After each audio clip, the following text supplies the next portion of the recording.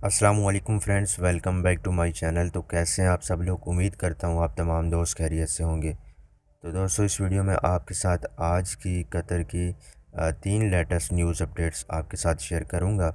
तो वीडियो में आगे बढ़ने से पहले तमाम नए दोस्तों से गुजारिश है जिन्होंने अभी तक हमारे इस चैनल को सब्सक्राइब नहीं किया, तो उनसे गुजारिश है कि कतर की तमाम ख़बरों से बाखबर रहने के लिए चैनल को ज़रूर सब्सक्राइब करें और साथ बने बेल आइकन बटन को ज़रूर दबाएँ।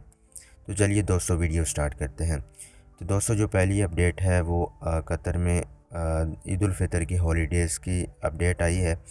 तो दोस्तों, कतर हुकूमत के एक ऐलान के मुताबिक तमाम तर मिनिस्ट्रीज़, वजारतों और तमाम तर दीगर सरकारी इदारों के लिए ईद उल फितर की तातीलात यानी छुट्टियाँ मंगल ट्यूसडे 19 मई को शुरू होंगी और थर्सडे 28 मई को इख्तिताम पजीर होंगी। तो दोस्तों, ये 19 मई से लेकर 28 मई तक जो है ईद उल फितर की हॉलीडेज़ का ऐलान कर दिया गया है। तो दोस्तों, तमाम तर मुलाजमीन वर्कर्स को 31 मई बरोज़ इतवार संडे को अपना काम दोबारा से शुरू करना होगा। तो तमाम तर एम्प्लॉयज़ जो हैं वो 31 मई से दोबारा अपनी ड्यूटी स्टार्ट करेंगे। तो दोस्तों, जहाँ तक कतर सेंट्रल बैंक की बात है, तो QCB के मुताबिक और इसके अलावा Qatar financial markets authority QFMA की निगरानी में काम करने वाले तमाम बैंक्स और मालियाती इदारों में QCB के गवर्नर जो हैं वो तातीलात यानी छुट्टियों के आगाज़ और इख्तिताम की वजाहत करेंगे।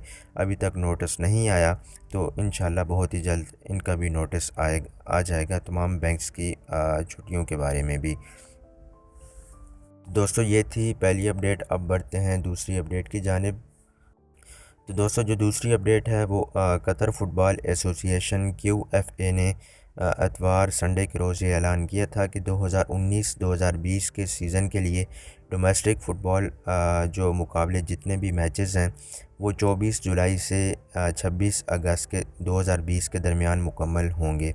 दोस्तों, QFA ने इतवार के रोज़ एक बयान में कहा कि ये ऐलान उस वक्त सामने आया जब ये वबाई बीमारी फैलने से कबल एक कतरी फ़ुटबॉल फैमिली के मेंबर्स की हिफाजत के लिए तमाम मैचों को कैंसिल करने पर मजबूर किया गया था।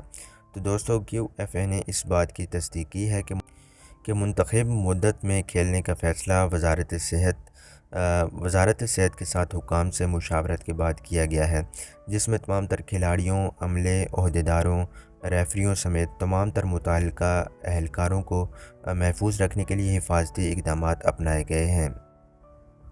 दोस्तों, ये थी दूसरी अपडेट। अब बढ़ते हैं तीसरी अपडेट की जानिब और आपको आगाह करते हैं तीसरी अपडेट से। तो दोस्तों, जो तीसरी अपडेट है वो ministry of municipality and environment की जानिब से है। तो दोस्तों, वजारत बल्दिया और माहौलियात के department of industrial inspection and population control ने जो है इंडस्ट्रियल एरिया के मुख्तलिफ सनती तंजीमों और सनती इलाकों के साथ मौजूद तमाम तर फैक्ट्रियों के मुतअद्दिद मुआयने किए हैं, ताकि ये यकीनी बनाया जा सके कि माहौलियाती तमाम तर मेयारात पर सख्ती से अमल किया जाए।